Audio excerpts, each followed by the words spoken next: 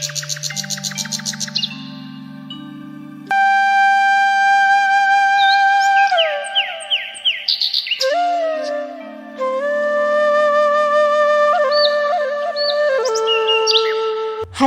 ಒಂದು ಸಣ್ಣ ಮಾರ್ಕೆಟ್ನಲ್ಲಿ ಪೃಥ್ವಿಕಾ ಅವಳು ತಯಾರಿಸಿದ ಬುಟ್ಟಿಗಳನ್ನು ಮಾರುತ್ತಿದ್ದಳು. ಹಾಗೆಯೇ ಸಿಟಿಯಿಂದ ಒಂದು ವ್ಯಕ್ತಿ ಅಲ್ಲಿಗೆ ಬರುತ್ತಾನೆ. ಎಷ್ಟೊಂದು ಬುಟ್ಟಿಗಳಿದ್ದಾವೆ, ನೋಡೋ ಕೂಡ ಚೆನ್ನಾಗಿದೆ. ಎಷ್ಟಮ್ಮ ಈ ಬುಟ್ಟಿ ಒಂದಕ್ಕೆ? ಈ ಬುಟ್ಟಿ ಕೇವಲ 100 ರೂಪಾಯಿ. ಒಂದು ಬುಟ್ಟಿಗೆ 100 ರೂಪಾಯಿ ಅಷ್ಟೇ. 100 ರೂಪಾಯಿನಾ? ತುಂಬ ಜಾಸ್ತಿ ಆಯ್ತಮ್ಮ.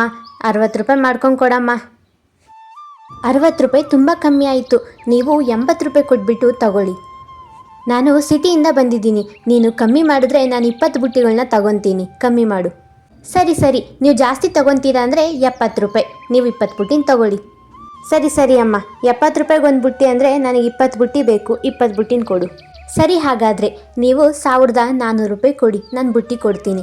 ಹಾಗೆಂದು ಹೇಳಿ ಆ ವ್ಯಕ್ತಿ ಬುಟ್ಟಿಯನ್ನು ತೆಗೆದುಕೊಂಡು ಹೋಗುತ್ತಾನೆ. ದಿನಾಲೂ 3 ಅಥವಾ 4 ಬುಟ್ಟಿ ವ್ಯಾಪಾರ ಆಗ್ತಿತ್ತು. ನನಗೆ ಕೇವಲ 400 ಅಥವಾ 500 ಸಿಗ್ತಿತ್ತು. ಆದರೆ ಇವತ್ತು 20 ಬುಟ್ಟಿ ವ್ಯಾಪಾರ ಆಗಿದೆ. ನನ್ನ ವ್ಯಾಪಾರ ಹೀಗೆ ನಡೀತಿದ್ರೆ ತುಂಬಾ ಚೆನ್ನಾಗಿರುತ್ತೆ. ಈಗ ನಾನು ಮನೆಗೆ ಹೋಗ್ತೀನಿ. ಹಾಗಂತ ಹೇಳಿ ಪೃಥ್ವಿಕಾ ಮನೆಗೆ ಹೋಗುತ್ತಾಳೆ.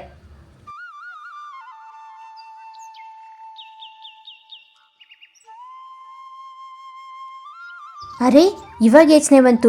ಮನೆಯಲ್ಲಿ ಚಿಕ್ಕಮ್ಮ ಇದ್ದಾರೆ. ಈ ಹಣನೆಲ್ಲ ನೋಡಿದ್ರೆ ಅವರೇ ಇಸ್ಕೊಂಡ್ಬಿಡ್ತಾರೆ. ನಾನು ಈ ಹಣನೆಲ್ಲ ಸೇಫಾಗಿ ಎಲ್ಲಾದರೂ ಎತ್ತಿಡಬೇಕು. ನಾಳೆ ದಿನ ನನಗೆ ಇದು ಯೂಸ್ ಆಗುತ್ತೆ. ಬಂದೇನೆ ಪೃಥ್ವಿಕಾ. ಎಷ್ಟೊತ್ತು? ಇಷ್ಟೊಂದು ಲೇಟಾಗ ಬರೋದು? ಕೊಡು. ನನಗೆ ಯಾವಾಗಲೂ ಕೊಡೋಷ್ಟು 200 ರೂಪಾಯಿ ಕೊಡು. ನನಗೆ ಖರ್ಚಿಗೆ ಬೇಕು. ಹೋಗಿ ಆಮೇಲೆ ಕೆಲಸ ಮಾಡು. ಹಾಂ ಚಿಕ್ಕಮ್ಮ, ತಗೊಳ್ಳಿ ನಿಮ್ಮ 200 ರೂಪಾಯಿ. ನೀವು ಹೇಳಿದಾಗೆ ನಾನು ನಿಮಗೆ ಡೈಲಿ 200 ರೂಪಾಯಿ ಕೊಡ್ತಾ ಇದ್ದೀನಿ. ಮತ್ತು ಕೆಲಸ ತುಂಬ ಜಾಸ್ತಿ ಇತ್ತು. ಅದು ಅಲ್ಲದೆ ಇವತ್ತು ಸ್ವಲ್ಪ ಬೇಗನೆ ಬಂದಿದ್ದೀನಿ. ನೋಡು, 200 ರೂಪಾಯಿ ನಾನೇನು ಸುಮ್ಮನೆ ಕೇಳ್ತಿಲ್ಲ. ನಿನಗೆ ಊಟ ಹಾಕ್ತೀನಲ್ವಾ, ಅದಕ್ಕೆ ಕೇಳ್ತಾ ಇರೋದು. ಸರಿನಾ? ಹೋಗೋಗು, ಕೆಲಸ ಮಾಡು. ಮನೆಯಲ್ಲಿ ತುಂಬ ಕೆಲಸಗಳಿದ್ದಾವೆ. ಪೃಥ್ವಿಕಾ ಮಿಕ್ಕಿರುವ ಕಾಸನ್ನು ಅವಳ ಕೋಣೆಯಲ್ಲಿ ಎತ್ತಿಡಲೆಂದು ಹೋಗುತ್ತಾ ಇರುತ್ತಾಳೆ. ಅಷ್ಟರಲ್ಲಿ ಅವಳ ಚಿಕ್ಕಮ್ಮ ವೀಣಾ ಹಿಂದೆ ತಿರುಗಿ ಮತ್ತೆ ಏನೋ ಹೇಳುತ್ತಾಳೆ. ಓ ಹಲೋ ಮಹಾರಾಣಿ, ಎಲ್ಲೋಗ್ತಾ ಇದೆಯಾ? ಕೆಲಸ ಮಾಡು ಅಂತಂದರೆ ರೂಮಲ್ಲಿ ರೆಸ್ಟ್ ಮಾಡೋಕ್ಕೆ ಹೋಗ್ತಾ ಇದೆಯಾ ಏನು? ಪೃಥ್ವಿಕಾ ಹಣವನ್ನು ಮುಚ್ಚಿ ಇಟ್ಟು ಮತ್ತೆ ಅವಳ ಚಿಕ್ಕಮ್ಮನ ಬಳಿ ಬಂದು ಹೇಳುತ್ತಾಳೆ. ಅರೆ, ಹಾಗೇನಿಲ್ಲ ಚಿಕ್ಕಮ್ಮ, ಸ್ವಲ್ಪ ಕೋಣೆ ಒಳಗಡೆ ಹೋಗಿದ್ದೆ. ಅಲ್ಲೂ ಏನಾದರೂ ಕ್ಲೀನ್ ಮಾಡೋದಿದೆಯಾ ಅಂತ ನೋಡೋದಕ್ಕೆ ಅಷ್ಟೇ. ನಾನು ಈಗ ಹೋಗಿ ಎಲ್ಲ ಕೆಲಸಗಳನ್ನ ಮಾಡ್ತೀನಿ. ನಿಮ್ಮ ಚಿಕ್ಕಪ್ಪ ಮತ್ತು ನನ್ನ ಮಗ ಬರೋದಕ್ಕೆ ಇನ್ನೂ ಲೇಟ್ ಆಗುತ್ತೆ. ಅವ್ರು ಬರೋಷ್ಟರಲ್ಲಿ ಬೇಗ ಅಡುಗೆ ಮಾಡಿಕ್ಕು. ನಿನಗೆ ಗೊತ್ತಲ್ವಾ ನನ್ನ ಮಗ ಹಸುವನ್ನ ತಡ್ಕೊಳಲ್ಲ ಅಂತ. ಹೋಗೋಗು, ಬೇಗ ಕೆಲಸ ಮಾಡು. ವೀಣಾ ಹಾಗೆಂದು ಹೇಳಿದಾಗ ಪೃಥ್ವಿಕಾ ಮನೆಯನ್ನೆಲ್ಲ ಗುಡಿಸುತ್ತಾಳೆ. ಆನಂತರ ಮನೆಯನ್ನೆಲ್ಲ ಒರೆಸುತ್ತಾಳೆ. ವೀಣಾ ಒಂದು ಕೆಲಸ ಸಹ ಮಾಡ್ತಾ ಇರಲಿಲ್ಲ. ಎಲ್ಲ ಕೆಲಸ ಸಹ ಪೃಥ್ವಿಕಾ ಕೈಯಲ್ಲಿ ಮಾಡಿಸ್ತಾ ಇದ್ಲು. ಆನಂತರ ಪೃಥ್ವಿಕಾ ಅಡುಗೆ ಮಾಡಲೆಂದು ಅಡುಗೆ ಮನೆಗೆ ಬಂದಿರುತ್ತಾಳೆ. ಅದೇ ಸಮಯದಲ್ಲಿ ವೀಣಾ ಸಹ ಅಲ್ಲಿಗೆ ಬಂದು ಕುಂಕುಮಾತಗಳನ್ನು ಆಡಲು ಶುರು ಮಾಡುತ್ತಾಳೆ. ನನ್ನ ಮಗ ಬಂದಿದ್ದಾನೆ, ಹೊರಗಡೆ ಕುತ್ಕೊಂಡಿದ್ದಾನೆ. ಅವನು ಹೊಟ್ಟೆ ಹಸಿವು ತಡ್ಕೊಳಕ್ಕಾಗೋದಿಲ್ಲ. ಬೇಗ ಅಡುಗೆನ ತಟ್ಟೆಗೆ ಹಾಕ್ಕೊಂಡು ಕೊಡು. ನನಗೆ ಬೇಗ ಎತ್ಕೊಂಡೋಗ್ಬೇಕು ನಾನು ಅವನಿಗೆ. ಚಿಕ್ಕಮ್ಮ, ಸಾಂಬಾರು ಕುದೀತಾ ಇದೆ. ಇನ್ನೇನು 2 ನಿಮಿಷದಲ್ಲಿ ಸಾಂಬಾರು ಆಗೋಗುತ್ತೆ. ಅದಾದಮೇಲೆ ಹಿಟ್ಟನ್ನು ಚೆನ್ನಾಗಿ ಕಲಿಸ್ಬಿಟ್ಟು ಆಮೇಲೆ ಚಪಾತಿ ಮಾಡಿಬಿಟ್ಟು ಕೊಡ್ತೀನಿ ರೀ ಚಿಕ್ಕಮ್ಮ. ಸ್ವಲ್ಪ ಸಮಯ ಹಿಡಿಯುತ್ತೆ. ಅಯ್ಯೋ ದೇವ್ರೆ, ಏನಂತ ಇದೆ ನೀನು ಇನ್ನೂ ಚಪಾತಿನೂ ಮಾಡಿಲ್ವಾ? ಹಾಗಾದರೆ ನೀನಿನ್ನು ಅಡುಗೆ ಸ್ಟಾರ್ಟು ಮಾಡಿಲ್ವಾ? ಅಯ್ಯೋ, ನನ್ನ ಮಗ ಹಸ್ಕೊಂಡಿರ್ತಾನಂತ ನಿನಗೆ ಗೊತ್ತಿಲ್ವಾ? ಏನು ಕೆಲಸ ಮಾಡ್ತೀಯ ನೀನು? ಚಿಕ್ಕಮ್ಮ, ನಾನು ಆಚೆ ಕೂಡ ಕೆಲ್ಸಕ್ಕೆ ಹೋಗ್ಬಿಟ್ಟು ಬರ್ತೀನಿ. ಮತ್ತು ಮನೇಲೂ ಸಹ ಎಲ್ಲ ಕೆಲಸ ಮಾಡ್ತೀನಿ. ನೀವು ಮನೇಲೇ ಇರ್ತೀರ, ಏನು ಮಾಡಲ್ಲ. ಅಟ್ಲೀಸ್ಟ್ ಅಡುಗೆ ಆದರೂ ಮಾಡ್ಬೋದತ್ತಲ್ವ ನಿಮ್ಮ ಮಗನಿಗೆ? ಏನೇ, ಬರ್ತಾ ನಿನ್ನ ಆವಾಜು ಜಾಸ್ತಿ ಆಗ್ತಾ ಇದೆ. ನನ್ನ ಹತ್ರನೇ ಎದುರುತ್ರ ಕೊಡ್ತೀಯಾ? ಇದೇ ಥರ ಹೇಳಿದ್ರೆ ನಾನು ನಿಮ್ಮ ಚಿಕ್ಕಪ್ಪನಿಗೆ ಹೇಳಿ ಈ ಮನೆಯಿಂದ ನಿನ್ನನ್ನು ಓಡಿಸ್ಬೇಕಾಗ್ತದೆ ನೋಡು. ಅಮ್ಮ, ನಾನು ಆಟ ಆಡ್ಕೊಂಡು ಬಂದೆ. ಮತ್ತು ನನಗೆ ತುಂಬಾ ಹೊಟ್ಟೆ ಹಸಿವಾಗ್ತಾ ಇದೆ. ಬೇಗ ಊಟನ ತಟ್ಟೆಗೆ ಹಾಕ್ಕೊಂಡು ಬಾರಮ್ಮ, ನನ್ನ ಕೈಯಲ್ಲಿ ಆಗ್ತಿಲ್ಲ ತಡ್ಕೊಳೋದಕ್ಕೆ. ಪೃಥ್ವಿಕಾ ವೀಣಾಳಿಗೆ ಎದುರು ಮಾತಾಡಿದಳು ಅಂತಂದ್ಬಿಟ್ಟು ವೀಣಾಗೆ ತುಂಬಾ ಕೋಪ ಬರುತ್ತೆ. ಅವರ ಚಿಕ್ಕಪ್ಪ ಬಂದಾಗ ಎಲ್ಲ ವಿಷಯವನ್ನು ಹೇಳುತ್ತಾಳೆ. ಅರೆ ನನ್ನ ಮುದ್ದಿನ ಹೆಂಡತಿ, ಏನಕ್ಕೆ ನೀನು ಇವತ್ತು ಇಷ್ಟೊಂದು ಬಿಸಿಯಾಗಿದ್ದೀಯಾ? ಏನಾಯ್ತಂತ ಹೇಳು. ನಿನ್ನ ಪ್ರಾಬ್ಲಮ್ ಏನಿದ್ರು ನಾನು ಸಾಲ್ವ್ ಮಾಡ್ತೀನಿ. ಹೇಳಮ್ಮ. ರೀ, ಅವಳು ಇದ್ದಾಳಲ್ವ ನಿಮ್ಮ ಅಣ್ಣನ ಮಗಳು ಪೃಥ್ವಿಕಾ. ಅಣ್ಣ ಅತ್ತಿಗೆ ಅಂತೂ ಸತ್ತೋಗ್ಬಿಟ್ರು. ಆದರೆ ಅವಳು ಇನ್ನೂ ಇದ್ದಾಳೆ. ನನಗೆ ಅವಳಂದರೆ ಇಷ್ಟ ಇಲ್ಲ. ಅವಳು ನಿಮ್ಮ ಮನೆಯಿಂದ ಹೊರಗಡೆ ಹಾಕ್ರಿ. ಅರೆ ವೀಣಾ, ಅವಳನ್ನು ಈ ಮನೆಯಿಂದ ಹೊರಗಡೆ ಹಾಕು ಅಂತ ಹೇಳ್ತಾ ಇದೆಯಾ? ಆದರೆ ಹೇಗೆ ಹಾಕೋಕ್ಕಾಗುತ್ತೆ? ಒಂದೇ ದಾರಿ ಇರೋದು. ಅವಳಿಗೆ ಯಾವುದಾದ್ರೂ ಗಂಡನ್ನು ಹುಡುಕಿ ಮದುವೆ ಮಾಡಿಸ್ಬೇಕು. ಏನು, ಅವಳು ಮದುವೆ ಮಾಡಿಸ್ಬೇಕಾ? ಅವಳ ಮದುವೆಗೋಸ್ಕರ ನಾವು ಲಕ್ಷಾಂತರ ರೂಪಾಯಿ ಎಲ್ಲ ಖರ್ಚು ಮಾಡೋಕ್ಕಾಗೋದಿಲ್ಲ. ಆಮೇಲೆ ನನ್ನ ಮಗನಿಗೂ ಸಹ ಮದುವೆ ವಯಸ್ಸು ಬರ್ತಿದೆ, ಅವನಿಗೂ ಖರ್ಚು ಮಾಡಬೇಕಲ್ವಾ? ಹಾಗಿತ್ತಂದರೆ ಯಾವುದೋ ಬಡವ ಅಥವಾ ಬಿಕಾರಿಗೆ ಕೊಟ್ಟು ಮದುವೆ ಮಾಡಬೇಕು. ಒಟ್ಟಿನಲ್ಲಿ ಅವಳು ಮದುವೆ ಅಂತೂ ಮಾಡಬೇಕು, ಇಲ್ಲಾಂದರೆ ಜನ ನಮ್ಮ ಬಗ್ಗೆ ಕೆಟ್ಟದಾಗಿ ಮಾತಾಡ್ತಾರೆ. ಏನೋ ಒಂದು, ನೀವು ಅವಳನ್ನ ಈ ಮನೇಲಿ ಮಾತ್ರ ಇಟ್ಕೊಬೇಡಿ. ಬಿಕಾರಿಗೋ ಅಥವಾ ಯಾವುದೋ ಬಡವನಿಗೋ ಕೊಟ್ಟು ಮದುವೆ ಮಾಡಿರಿ. ಬೇಗ ಅವನಿಗೆ ಒಂದು ಗಂಡು ಹುಡುಕ್ರಿ.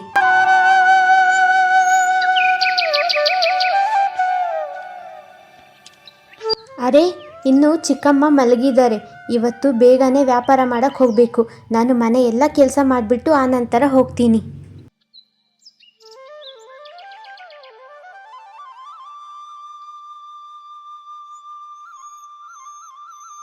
ಇವತ್ತಾದರೂ ಅವರ ಚಿಕ್ಕಮ್ಮನ ಕೈಯಲ್ಲಿ ಬೇಗುಳ ತಿನ್ನಬಾರ್ದು ಅಂದ್ಬಿಟ್ಟು ಪೃಥ್ವಿಕಾ ಬೇಗನೆ ಅಡುಗೆ ಮಾಡಿ ಆನಂತರ ವ್ಯಾಪಾರ ಮಾಡೋಕ್ಕೆ ಮಾರುಕಟ್ಟೆಗೆ ಹೋಗುತ್ತಾಳೆ.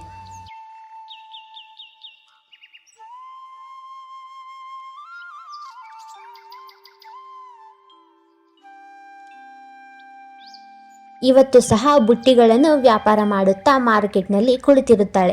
ಅದೇ ಸಮಯದಲ್ಲಿ ಸಿಟಿಯಿಂದ ಒಬ್ಬ ವ್ಯಕ್ತಿ ಟಾಂಗಾ ಗಾಡಿಯಲ್ಲಿ ಅಲ್ಲಿಗೆ ಬರುತ್ತಾನೆ. ನೋಡಿದರೆ ಅದೇ ವ್ಯಕ್ತಿ, ಹಿಂದೆ ಬುಟ್ಟಿಯನ್ನು ಕರೆದುಕೊಂಡಿರುವವನು.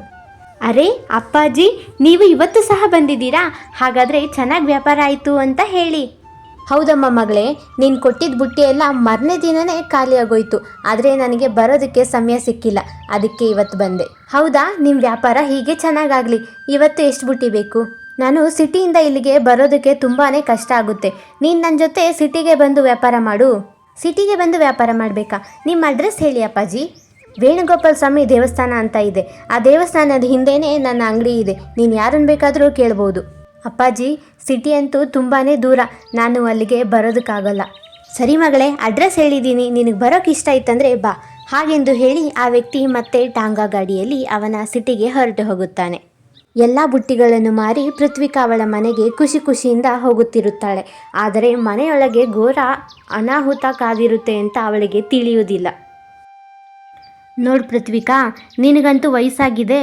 ನಾನು ಈಗಾಗಲೇ ಗಂಡನ್ನ ಹುಡುಕಿದ್ದೀನಿ. ಇವಾಗ ಮುಂದಿನ ವಾರನೇ ನಿನಗೆ ಅವನ ಜೊತೆ ಮದುವೆ ಮಾಡಿಸ್ತಾ ಇದ್ದೀನಿ. ಚಿಕ್ಕಪ್ಪ, ಇದೇನು ಹೇಳ್ತಾ ಇದ್ದೀರಾ ನೀವು? ಇಷ್ಟು ಬೇಗ ನೀವು ನನಗೆ ಮದುವೆ ಮಾಡಿಸ್ತೀರಾ? ನೀವು ನನ್ನ ಹತ್ರ ಒಂದು ಮಾತು ಕೇಳಬೇಕಂತ ನಿಮಗೆ ಅನಿಸಿಲ್ವ ಚಿಕ್ಕಪ್ಪ? ನನಗಿಷ್ಟು ಬೇಗ ಮದುವೆ ಬೇಡ ಚಿಕ್ಕಪ್ಪ. ಏನು, ನಿನ್ನ ಹತ್ರ ಒಂದು ಮಾತು ಕೇಳಬೇಕಿತ್ತಾ? ನೀನೇನು ಈ ಮನೆ ಮಹಾರಾಣಿನ ಹೇಳು? ನಿನ್ನ ಹತ್ರ ಕೇಳೋದಕ್ಕೆ ಸುಮ್ಮನೆ ಬಾಯಿ ಮುಚ್ಕೊಂಡು ಮದುವೆ ಮಾಡ್ಕೊಂಡು ಹೋಗು ಅಷ್ಟೇ. ಮುಂದಿನ ವಾರ ಮದುವೆ ಇದೆ. ಆದರೆ ಚಿಕ್ಕಪ್ಪ, ನಾನು ಇವಾಗ ಇನ್ನೂ ವ್ಯಾಪಾರ ಮಾಡೋಕ್ಕೆ ಶುರು ಮಾಡಿದ್ದೀನಿ. ಸ್ವಲ್ಪ ದುಡ್ಡು ಕೂಡಿಕೋಣ ಅಂದ್ಕೊಂಡಿದ್ದೀನಿ. ನಂದು ಜೀವನ ಇದೆ ಅಲ್ವಾ ಚಿಕ್ಕಪ್ಪ, ನನಗೆ ಇಷ್ಟು ಬೇಗ ಮದುವೆ ಬೇಡ ಚಿಕ್ಕಪ್ಪ.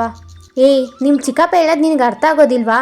ನಿಮ್ಮ ಅಪ್ಪ ಅಮ್ಮ ಅಂತೂ ತೀರೋದ್ರು. ನಿನ್ನ ಹೊಣೆನ ನಾವು ಹೊತ್ಕೊಂಡಿದ್ದೀವಿ. ನಿನಗೆ ಎಷ್ಟೊತ್ತಂತ ಊಟ ಹಾಕೋದು? ಸುಮ್ಮನೆ ಮದುವೆ ಮಾಡ್ಕೊಂಡು ಹೋಗು. ನೋಡು ಪೃಥ್ವಿಕಾ, ಇವಾಗ ನಿಮ್ಮ ಚಿಕ್ಕಮ್ಮ ಹೇಳಿದ ಮಾತನ್ನು ನೀನು ತಪ್ಪು ತಿಳ್ಕೊಬೇಡ. ನಿಜ ಹೇಳಬೇಕಂದ್ರೆ ನಿಮ್ಮ ಚಿಕ್ಕಮ್ಮ ಸರಿಯಾಗಿ ಹೇಳಿದರು. ನೀನು ಮದುವೆ ಮಾಡ್ಕೊಂಡು ಹೋಗಬೇಕು. ನಾವು ಎಷ್ಟು ಅಂತ ಸಾಕೋಣ ನಿನ್ನನ್ನು. ಹಾಗೆಂದು ಹೇಳಿದಾಗ ಪೃಥ್ವಿಕಾ ಅವಳ ಕೋಣೆಗೆ ಹೋಗುತ್ತಾಳೆ.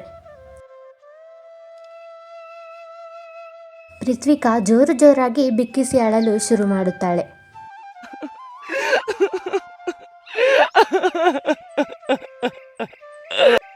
ಕೇಳಿಸ್ಕೊಂಡ ಸಿದ್ದು ಎಷ್ಟು ಜೋರಾಗಿ ಅಳ್ತಾ ಇದ್ದಾಳಂತ ಊರಿನ ಜನ ಎಲ್ಲ ಕೇಳಿಸ್ಕೊಂಡವ್ರು ಏನು ಅನ್ಕೊಬೇಕು? ನಾವು ಅವಳಿಗೆ ಹಿಂಸೆ ಇಕ್ತಾ ಇದ್ದೀವಿ ಅಂತ ಅನ್ಕೊಳೋದಿಲ್ವಾ? ನೋಡ್ದ ಅವಳ ಅಳುನ ಕೇಳಿ ನಾವು ಕರ್ಗೋಗ್ತೀವಿ, ಆನಂತರ ಅವಳಿಗೆ ಮದುವೆ ಮಾಡಲ್ಲ ಅಂತ ಅವಳು ಜೋರಾಗಿ ಅಳ್ತಾ ಇದ್ದಾಳೆ. ಆದರೂ ಸಹ ನಾವು ಅವಳಿಗೆ ಮದುವೆ ಮಾಡಿಬಿಟ್ಟು ಕಳ್ಸೋಣ, ನೀನು ಚಿಂತೆ ಮಾಡಬೇಡ. ಪೃಥ್ವಿಕಾ, ಕೇಳಿಸ್ತಾ ಇದೆಯೇನೆ? ಅಷ್ಟು ಜೋರಾಗಿ ಗಂಟ್ಲು ಕಿರ್ಚ್ಕೊಂಡು ಹತ್ರೂ ಸಹ ನಾನು ನಿನಗೆ ಮದುವೆ ಮಾಡೇ ಮಾಡ್ತೀನಿ. ನೀನು ಎಷ್ಟೇ ನಾಟಕ ಮಾಡು, ಮದುವೆ ಮಾಡೇ ಮಾಡ್ತೀನಿ ನಾನು ನಿನಗೆ. ಆ ನಂತರ ಪೃಥ್ವಿಕಾ ಅವಳ ಕೋಣೆಯಿಂದ ಹೊರಗಡೆ ಬಂದು ಮನೆಯ ಎಲ್ಲ ಕೆಲಸಗಳನ್ನು ಮಾಡುತ್ತಾಳೆ. ಅವಳ ಕಣ್ಣಿನಲ್ಲಿ ನೀರು ತುಂಬಿರುತ್ತದೆ. ಆದರೂ ಸಹ ಏನು ಮಾಡೋಕ್ಕಾಗುತ್ತೆ?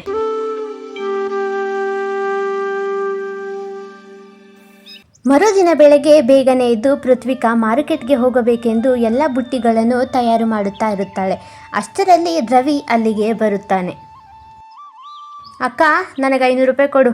ನಾನು ಫ್ರೆಂಡ್ ಜೊತೆ ಆಟ ಆಡೋಕ್ಕೆ ಹೊರಗಡೆ ಹೋಗ್ತಾ ಇದ್ದೀನಿ. 500 ರೂಪಾಯಿ ಕೊಡು, ತಿಂಡಿಗಳೆಲ್ಲ ತಗೊಳ್ಬೇಕು, ಕೊಡು ಬೇಗ. ರವಿ, ಇದೇನು ಹೇಳ್ತಾ ಇದೆಯಾ ನೀನು? 500 ರೂಪಾಯಿನಾ? 500 ರೂಪಾಯಿ ನನ್ನ ಹತ್ರ ಎಲ್ಲಿಂದ ಬರುತ್ತೆ? ನನ್ನ ಹತ್ರ ಅಷ್ಟೊಂದು ಕಾಸಿಲ್ಲ ರವಿ. ನೀನು 500 ರೂಪಾಯಿ ಕೇಳ್ತಿದ್ದೀಯ, ಎಲ್ಲಿಂದ ತಗೊಂಬರಲಿ? ಏನೋ, ನಿನ್ನ ಹತ್ರ 500 ರೂಪಾಯಿ ಕಾಸಿರಲ್ವಾ? ಕೊಡು ನನಗೆ, ನೀನು ವ್ಯಾಪಾರ ಮಾಡ್ತೀಯಲ್ಲ, ನನಗೆ 500 ರೂಪಾಯಿ ಬೇಕೇ ಬೇಕು ಹಾಗೆಂದು ಹೇಳಿ ರವಿ ಕಿರ್ಚಾಡುತ್ತಾ ಇರುತ್ತಾನೆ. ಅಷ್ಟರಲ್ಲೇ ವೀಣಾ ಅಲ್ಲಿಗೆ ಬರುತ್ತಾಳೆ. ಏನಾಯಿತು ಮಗನೇ, ಏನಾಯಿತು? ಯಾಕೆ ಇಷ್ಟು ಜೋರಾಗಿ ಕಿರ್ಚ್ತಾ ಇದೆಯಾ? ಅದು ಇವಳ ಮೇಲೆ ಏನಾಯ್ತಂತ ಹೇಳು. ಅಮ್ಮ, ನನ್ನ ಫ್ರೆಂಡ್ ಜೊತೆ ಆಟ ಆಡಬೇಕಮ್ಮ. ಇವಳ ಹತ್ರ ನಾನು 500 ರೂಪಾಯಿ ಕೇಳಿದೆ ಅಮ್ಮ, ಕೊಡಲ್ಲ ಅಂತಿದ್ದಾಳೆ. ನನಗೆ ಕೋಪ ಬರಲ್ವಾ? ನನಗೆ 500 ರೂಪಾಯಿ ಬೇಕಮ್ಮ ಇವಾಗ. ಏನೇ ಪೃಥ್ವಿಕಾ, ನಿನಗಷ್ಟು ಬುದ್ಧಿ ಇಲ್ವಾ? ತಮ್ಮ ಏನಾದರೂ ಕಾಸು ಕೇಳಿದ್ರೆ ಕಾಸು ಕೊಡಬೇಕು ಅಂತ ಅಷ್ಟು ಗೊತ್ತಿಲ್ವಾ? ಅವನು 500 ಕೇಳಿದ್ರೆ ನೀನು 1000 ಕೊಡಬೇಕು. ಕೊಡೋನಿಗೆ ಕಾಸು. ಚಿಕ್ಕಮ್ಮ, 500 ರೂಪಾಯಿ ನಾನು ಎಲ್ಲಿಂದ ತೊಗೊಂಬರಲಿ? ಇನ್ನು ನಾನು ಇವಾಗ ಬುಟ್ಟಿ ತಯಾರಿಸ್ತಾ ಇದ್ದೀನಿ. ಮಾರ್ಕೆಟ್ಗೆ ಹೋಗ್ಬಿಟ್ಟು ಆಮೇಲೆ ತೊಗೊಂಬಂದು ಕೊಡ್ತೀನಿ ಬೇಕಾದರೆ. ಇವಾಗ ನನ್ನ ಹತ್ರ ಇಲ್ಲ ಚಿಕ್ಕಮ್ಮ. 500 ರೂಪಾಯಿ ಇಲ್ಲ ಅಂದರೆ ಇವಾಗ 200 ರೂಪಾಯಿ ಕೊಡು. ಈ ಮನೆಯವರು ನನ್ನನ್ನು ಒಂದು ಸ್ವಲ್ಪ ಕೂಡ ಅರ್ಥ ಮಾಡ್ಕೊಂಡಿದ್ದಿಲ್ಲ.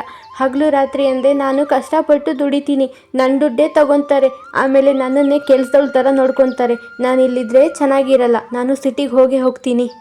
ಆ ಅಪ್ಪಾಜಿ ಹೇಳಿದ ಅಡ್ರೆಸ್ನ ಹುಡ್ಕೊಂಡು ಹೋಗ್ತೀನಿ ಹಾಗೆಂದು ಹೇಳಿ ಪೃಥ್ವಿಕಾ ಅವಳ ಬ್ಯಾಗನ್ನು ತೆಗೆದುಕೊಂಡು ಕೂಡಿಟ್ಟ ಹಣವನ್ನು ಸಹ ತೆಗೆದುಕೊಂಡು ಸಿಟಿಗೆ ಹೋಗುತ್ತಾಳೆ.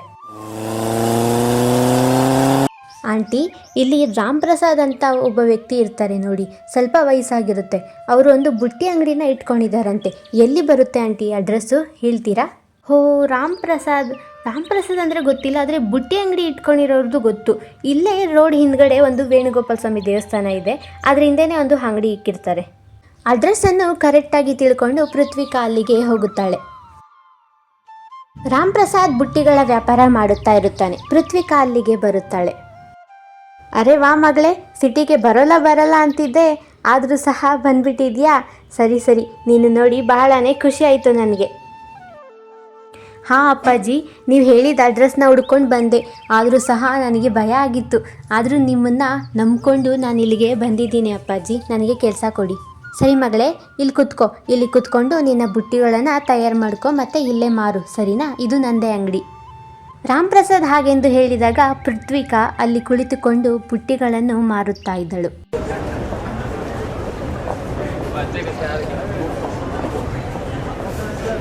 ಹೀಗೆ ಒಂದು ದಿನ ರಾಮ್ ಪ್ರಸಾದ್ನ ಅಂಗಡಿಗೆ ವಿನೀಶ್ ಎಂಬುವ ಒಂದು ಹುಡುಗ ಬರುತ್ತಾನೆ.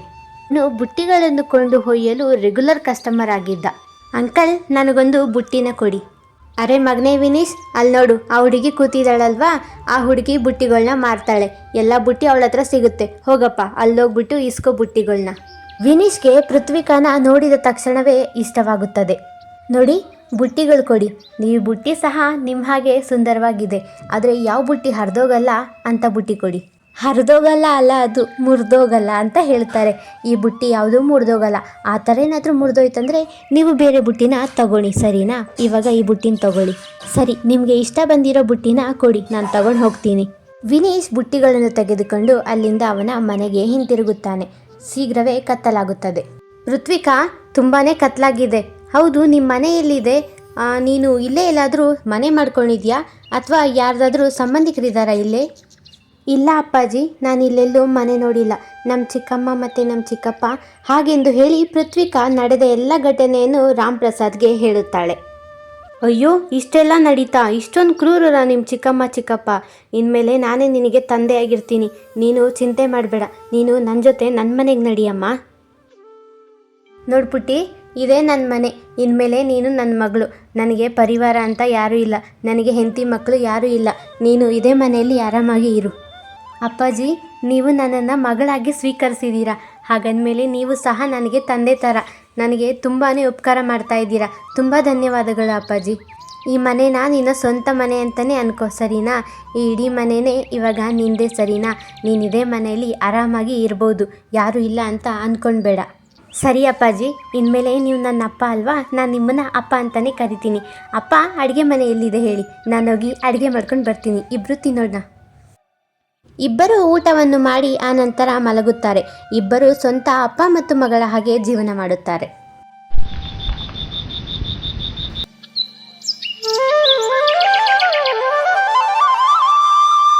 ಕೆಲವು ದಿನಗಳ ನಂತರ ರಾಮ್ ಪ್ರಸಾದ್ಗೆ ಹುಷಾರು ತಪ್ಪುತ್ತದೆ. ಅವನು ಇನ್ನು ಹಾಸಿಗೆಯನ್ನು ಹಿಡಿದಿರುತ್ತಾನೆ.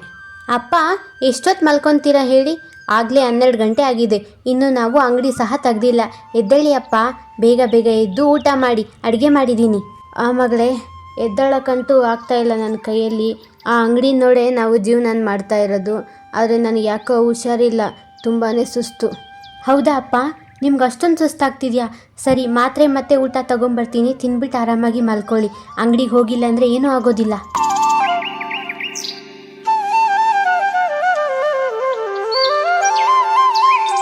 ಮರುದಿನ ಅವನ ಆರೋಗ್ಯ ಸರಿ ಇಲ್ಲದ ಕಾರಣ ರಾಮ್ ಪ್ರಸಾದ್ ಅವನ ಪ್ರಾಣವನ್ನು ತ್ಯಜಿಸುತ್ತಾನೆ. ಆದರೆ ಪ್ರಾಣವನ್ನು ತ್ಯಜಿಸುವ ಮುನ್ನೆ ಪೃಥ್ವಿಕಾಗೆ ಮನೆ ಮತ್ತು ಅಂಗಡಿಯನ್ನು ಕೊಟ್ಟಿರುತ್ತಾನೆ. ಒಂದು ವಾರದ ನಂತರ ಪೃಥ್ವಿಕಾ ಅವಳ ಅಂಗಡಿಯನ್ನು ತೆಗೆಯುತ್ತಾಳೆ. ಅದೇ ಸಮಯದಲ್ಲಿ ವಿನೀಶ್ ಸಹ ಅಂಗಡಿಯ ಬಳಿ ಬರುತ್ತಾನೆ. ಅರೆ ಪೃಥ್ವಿಕಾ, 1 ತಿಂಗಳಾಯಿತು ಅಂಗಡಿ ಬಾಗಿಲಾಕಿತ್ತು. ಏನು ಮಾಡ್ತಾ ಇದ್ರಿ? ಆರೋಗ್ಯ ಸರಿ ಇದೆಯಾ? ಹೌದು, ನಿಮ್ಮಪ್ಪ ಸಹ ಕಾಣಿಸ್ತಾ ಇಲ್ಲ. ಎಲ್ಲೋಗಿದ್ದಾರೆ ಅವರು? ಮತ್ತೆ ನೀನು ಹುಷಾರಾಗಿದೆಯಾ?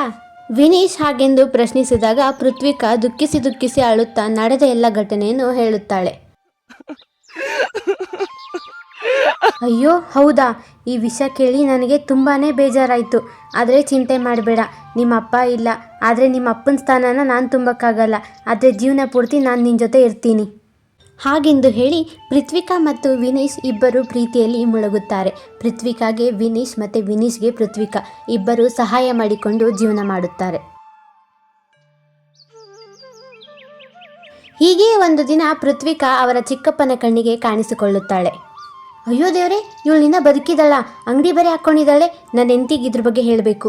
ಮರುದಿನ ಅವರ ಹೆಂಡತಿಗೆ ಎಲ್ಲ ವಿಷಯವನ್ನು ಹೇಳಿ ಅವಳನ್ನು ಸಹ ಅಂಗಡಿಯ ಬಳಿ ಕರೆದುಕೊಂಡು ಬರ್ತಾನೆ. ಅರೆ ಪುಟ್ಟಿ, ನೀನು ಎಲ್ಲೆಲ್ಲೋ ಹುಡುಕಿದ್ವಿ, ಆದರೆ ನೀನು ಇಲ್ಲಿದ್ಯಾ? ಚೆನ್ನಾಗಿದ್ಯಾ ಪುಟ್ಟಿ? ಹೌದಮ್ಮ ಮಗಳೇ, ನೀನು ನನ್ನ ಮಗಳ ಥರ. ಬಾ, ನೀನು ಇಲ್ಲಿದ್ಯಾ ಅಲ್ವಾ? ನೀನು ನಮ್ಮ ಮನೆಗೆ ನಮ್ಮ ಜೊತೆ ವಾಪಸ್ ಬಂದುಬಿಡು. ಈ ಅಂಗಡಿನ ನಮಗೆ ಕೊಟ್ಬಿಡು. ನಾನು ನಿಮ್ಮನ್ನು ನೋಡ್ಕೊತೀವಿ. ನೀನು ನನ್ನ ಜೊತೆ ವಾಪಸ್ ಬಾ. ಚಿಕ್ಕಪ್ಪ, ಚಿಕ್ಕಮ್ಮ, ನಾನಂತೂ ಚೆನ್ನಾಗಿದ್ದೀನಿ. ನೀವು ಚೆನ್ನಾಗಿದ್ದೀರಾ? ತುಂಬ ಕಡೆ ಹುಡುಕಿದ್ರಿ ಅನಿಸುತ್ತೆ ನನ್ನನ್ನು. ಸರಿ, ನಂದೊಂದು ಮನೆ ಸಹ ಇದೆ. ನನ್ನ ಜೊತೆ ಮನೆಗೆ ಬನ್ನಿ. ಏನು, ನಿಂದು ಮನೆ ಸಹ ಇದೆಯಾ? ಸರಿ, ನನ್ನನ್ನು ನಿಮ್ಮ ಮನೆಗೆ ಕರ್ಕೊಂಡೋಗು. ಆ ನಂತರ ವೀಣಾ ಯೋಚಿಸುತ್ತಾಳೆ. ಪೃಥ್ವಿಕಾ ಹತ್ರ ಚೆನ್ನಾಗಿ ಮಾತಾಡಿ ಅವಳ ಅಂಗಡಿ ಮತ್ತು ಮನೆ 2 ಸಹ ನಾನೇ ತಗೊತೀನಿ. ಅವಳನ್ನು ಕರಗಿಸ್ಬೋದು ಈಸಿಯಾಗಿ. ಎಲ್ಲನೂ ನಾನೇ ತಗೊತೀನಿ. ಇನ್ಮೇಲೆ ಅಂಗಡಿ ಮತ್ತು ಮನೆ ಎಲ್ಲ ನಂದೇ. ಅರೆ ವಾವ್ ಪೃಥ್ವಿಕಾ, ಇಷ್ಟೊಂದು ಒಳ್ಳೆ ಮನೆಯಲ್ಲಿದೆಯಾ ನೀನು? ಎಷ್ಟು ದೊಡ್ಡದಾಗಿದೆ ಮನೆ. ರೀ, ಅವಳ ಹತ್ರ ಚೆನ್ನಾಗಿ ಮಾತಾಡಿ ಅವಳನ್ನು ನಮ್ಮ ಹಳ್ಳಿಗೆ ಕರ್ಕೊಂಡು ಹೋಗೋಣ. ಮತ್ತು ಈ ಮನೆ, ಈ ಅಂಗಡಿ ಎಲ್ಲ ನಮ್ಮದಾಗುತ್ತೆ. ಬೇಗ ಚೆನ್ನಾಗಿ ಮಾತಾಡಿ ಅವಳ ಹತ್ರ. ಅವಳು ಮನಸ್ಸು ಕರಗೋ ಥರ ಮಾತಾಡಿ. ಈ ಮನೆ ನಮ್ಮದು ಮಾಡ್ಕೊಳ್ಳೋಣ. ಹಾಗೆಂದು ಅವಳ ಗಂಡನ ಬಳಿ ಪಿಸುಗುಡುತ್ತಾ ಇರುತ್ತಾಳೆ. ಪೃಥ್ವಿಕಾ ಮಗಳೇ, ಬಾಮ್ಮ ನಮ್ಮ ಜೊತೆ ಹಳ್ಳಿಗೆ. ನಾವು ಇನ್ಮೇಲೆ ನಿನಗೆ ಯಾವ ಕಷ್ಟನೂ ಕೊಡೋದಿಲ್ಲ. ಇಷ್ಟು ದಿನ ನೀನು ಕಷ್ಟಪಟ್ಟಿದ್ದು ಸಾಕು. ಇನ್ಮೇಲೆ ಈ ಅಂಗಡಿನ ನಾವು ನೋಡ್ಕೊತೀವಿ. ಹೌದು ಪುಟ್ಟಿ, ಈ ಅಂಗಡಿ, ಈ ಮನೆ ಜವಾಬ್ದಾರಿ ಇನ್ಮೇಲೆಲ್ಲ ನಾವು ನೋಡ್ಕೊತೀವಿ. ನೀನು ನಮ್ಮ ಜೊತೆ ಆರಾಮಾಗಿ ಊಟ ತಿನ್ಕೊಂಡು ಆರಾಮಾಗಿ ನಮ್ಮ ಮನೇಲಿರು. ಅಷ್ಟೇ ಸಾಕು ಪುಟ್ಟಿ. ಅಷ್ಟರಲ್ಲೇ ವಿನೀಶ್ ಬರುತ್ತಾನೆ. ಏನು, ಅಂಗಡಿ ಮನೇನ ನೀವು ನೋಡ್ಕೊತೀರಾ? ಎಲ್ಲ ನೋಡಿಕೊಂಡು ಇವಳನ್ನು ಬೀದಿ ಪಾಲ್ ಮಾಡಬೇಕು ಅಂತ ಅಂದ್ಕೊಂಡಿದ್ದೀರಾ ನೀವು? ನನಗೆಲ್ಲ ಗೊತ್ತು. ಅವಳ ಮನಸ್ಸಿನ ಮಾತನ್ನು ಹೇಳಿದ ಎಂದು ವೀಣಾಗೆ ಕೋಪ ಬರುತ್ತದೆ. ಪೃಥ್ವಿಕಾ, ಯಾರಿವನು? ಈ ಮನೆಯಲ್ಲಿ ಇವನೇನು ಮಾಡ್ತಾ ಇದ್ದಾನೆ? ಯಾವುದೋ ಗಂಡಸು ಈ ಮನೇಲಿ ಏನು ಮಾಡ್ತಾ ಇದ್ದಾನೆ? ಚಿಕ್ಕಮ್ಮ, ಚಿಕ್ಕಪ್ಪ, ಇವ್ರು ಯಾರು ಬೇರೆಯವರಲ್ಲ. ಇವರು ನನ್ನ ಗಂಡ. ನಾನು ಇವರು ಪ್ರೀತಿಸಿ ಮದುವೆ ಆಗಿದ್ದೀವಿ. ಇವರು ನನ್ನ ಎಲ್ಲ ಕಷ್ಟದಲ್ಲೂ ನನ್ನ ಜೊತೆನೇ ಇರ್ತಾರೆ. ಈ ಮಾತನ್ನು ಕೇಳಿ ಅವರ ಚಿಕ್ಕಮ್ಮನ ಕನಸಿಗೆ ನೀರು ಹುಯ್ದ ಹಾಗೆ ಆಗಿರುತ್ತದೆ. ಏನು, ನೀನು ಗಂಡನ? ನೀನಂತೂ ಮದುವೆ ಆಗಲ್ಲ ಅಂತಿದೆ. ಅದಕ್ಕೆ ಅಲ್ವಾ ನೀನು ಮನೆ ಬಿಟ್ಟು ಓಡಿ ಬಂದಿದ್ದು? ಹಾ ಚಿಕ್ಕಪ್ಪ, ನಾನು ಮದುವೆ ಆಗೋಲ್ಲ ಅಂತ ಇದ್ದೆ. ಆದರೆ ನನ್ನ ಕಷ್ಟದಲ್ಲಿ ಇವರು ನನ್ನ ಜೊತೆ ಇದ್ದರು. ಪರಿಸ್ಥಿತಿ ಏನು ಮಾಡೋಕ್ಕಾಗುತ್ತೆ? ನಾನು ಇವ್ರನ್ನ ಮದುವೆ ಆಗೋ ಹಾಗೆ ಬಂತು. ಇಷ್ಟು ದಿನ ನೀವು ಇವಳನ್ನ ಮೋಸ ಮಾಡಿದ್ದು ಸಾಕು. ಇವಳು ಏನಕ್ಕೆ ಹಳ್ಳಿನ ಬಿಟ್ಟು ಓಡಿ ಬಂದ್ಲು ಅಂತ ನನಗೆಲ್ಲ ಗೊತ್ತು. ನೀವಿಬ್ಬರು ಇನ್ಮೇಲೆ ಇವಳು ಕಣ್ಣು ಮುಂದೆನೂ ಸಹ ಕಾಣಿಸ್ಕೊಬೇಡಿ. ಇವಳಿಗೆ ನಾನಿದ್ದೀನಿ.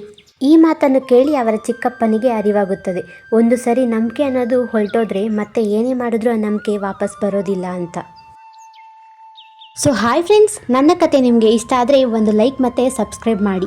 ನೆಕ್ಸ್ಟ್ ವಿಡಿಯೋದಲ್ಲಿ ನಿಮ್ಮ ಹೆಸರು ಸಹ ಬಳಸಬೇಕಾ? ಕಮೆಂಟ್ ಬಾಕ್ಸ್ನಲ್ಲಿ ಕಮೆಂಟ್ ಮಾಡಿ.